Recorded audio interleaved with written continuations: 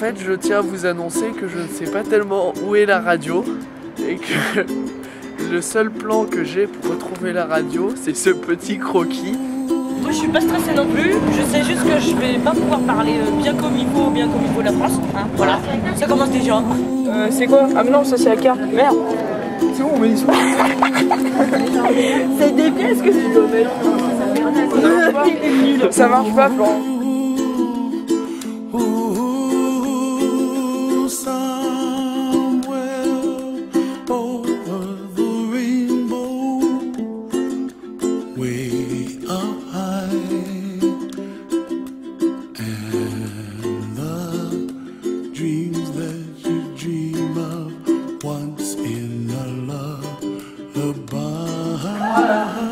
Je vous présente Radio Canu. Radio Canu, la plus rebelle des radios. Alors, un truc très simple. Vous avez la lumière qui s'allume là? Ouais. Voilà. Donc, quand la lumière s'allume, c'est-à-dire que vous pouvez parler. Ok. Alors les ados un peu fous parce qu'ils ont décidé de faire une série. Ouais, comme à la télé, ils se sont dit bah tiens, les Américains font plein de séries, pourquoi pas nous? Et ils ont raison de le faire parce que c'est vachement bien. Et ils sont là, ils sont devant moi, ils sont chauds. Alors ils sont bardés de caméras, ça y est, on s'y croit là, c'est des experts limite. Et alors je les connais parce que on travaille ensemble, Saint-Cyr-Romand d'Or. Alors c'est marrant parce que lorsque mes collègues viennent, c'est la bière que sur la table. Quand c'est eux, c'est les Fanta. Un peu de sobriété dans le chèque et glutamate, ça fait du bien.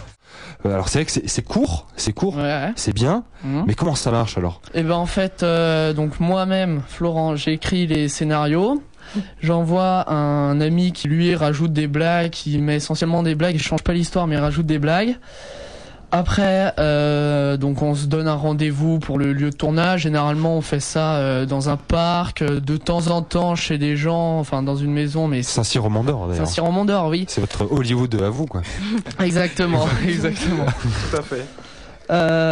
Donc on se retrouve dans un parc. On arrive sur le lieu de tournage. Normalement, je leur ai envoyé la veille le scénario. Ils l'ont vite fait appris. Et puis on tourne, donc les tournages durent environ entre 2 et 3 heures. Et puis après, je fais la post-synchronisation parce que comme nous avons une perche, il faut synchroniser l'image et le son. Et puis après, je mets sur via les réseaux, je les mets sur les réseaux sociaux, c'est-à-dire YouTube et Facebook. Tu veux dire quelque chose, Martin? Non, je voulais juste dire que voilà, concernant la mise sur YouTube des vidéos, au début, bon, on a eu quand même des commentaires qui ont été faits par rapport à ce qu'on faisait, et puis bon, il y avait des gens qui trouvaient que c'était quand même bien, qui essayaient de nous motiver, et ça nous donnait vraiment la force de pouvoir continuer. Et il y avait aussi des gens qui donnaient des commentaires un peu négatifs, mais en tout cas, ça nous a pas découragés. Au contraire, ça nous a encore plus motivés et ça nous a donné en fait envie d'essayer de faire mieux, quoi, pour essayer de satisfaire aux besoins de tout le monde, aux attentes de tout le monde. Bien sûr, c'est important de se remettre en question. Voilà. C'est important, mais sur l'inspiration, alors souviens-toi de ces sketchs, ces blagues. Alors j'imagine qu'évidemment, il y a votre propre vie, mais il y a quoi d'autre sinon? Pour écrire un scénario, on s'inspire des séries qui sont un peu qui marchent en ce moment. Donc il y a évidemment Bref, Very Bad Blague, Le Visiteur du Futur et plein de sitcoms américaines. Et c'est vrai qu'on s'inspire beaucoup de ça, de leur humour, de plein de choses. Mais on ne copie pas les blagues. J'insiste sur ça. On ne copie pas. Exact. Ouais. Pas de plagiat. Je confirme. Voilà. D'ailleurs, et pour l'avenir, alors qu'est-ce que vous nous préparez? Parce que j'ai entendu parler d'une saison 2. Alors, que va-t-il se passer dans les ados saison 2? Eh bien, disons que, étant donné qu'au début, quand on commençait les vidéos, là, on s'attendait pas, en fait, on peut pas dire succès, mais que ça, voilà, que ça fasse un petit buzz comme ça fait. Et après, bon, il y a des gens qui ont commencé à nous demander un peu de faire une seconde saison. Excusez-moi, c'est mon téléphone. Ce Blackberry, je vais te le confisquer, toi. Tu vas voir. Désolé. Donc, j'étais en train de dire que voilà, il y a des gens qui voulaient une deuxième saison. Alors, au départ, le réalisateur et l'acteur principal, Florent Chauvin, ils n'étaient pas tout à fait OK pour une deuxième saison. Et puis, j'ai essayé par tous les moyens de le convaincre, ainsi que le reste des acteurs. Achille, Ah bon, tu Pierre. voulais pas? Pourquoi?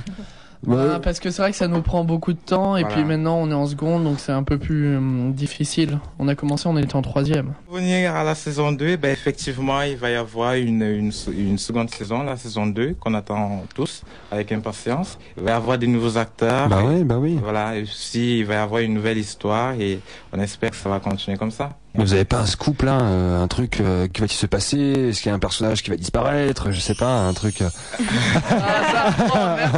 Je suis désolé. Vous avez- Encore mon téléphone. Non mais je veux dire par là au niveau du script, est-ce que vous avez déjà une idée un peu de la... Oui, nous avons.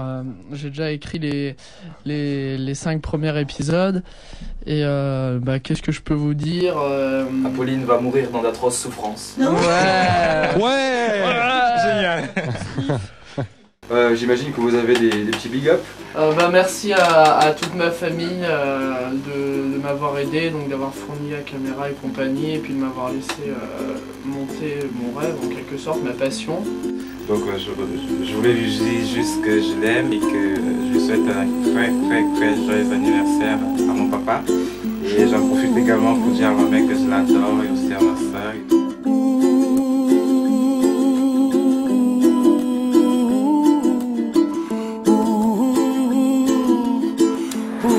À bientôt pour une nouvelle saison 2 explosive des ados.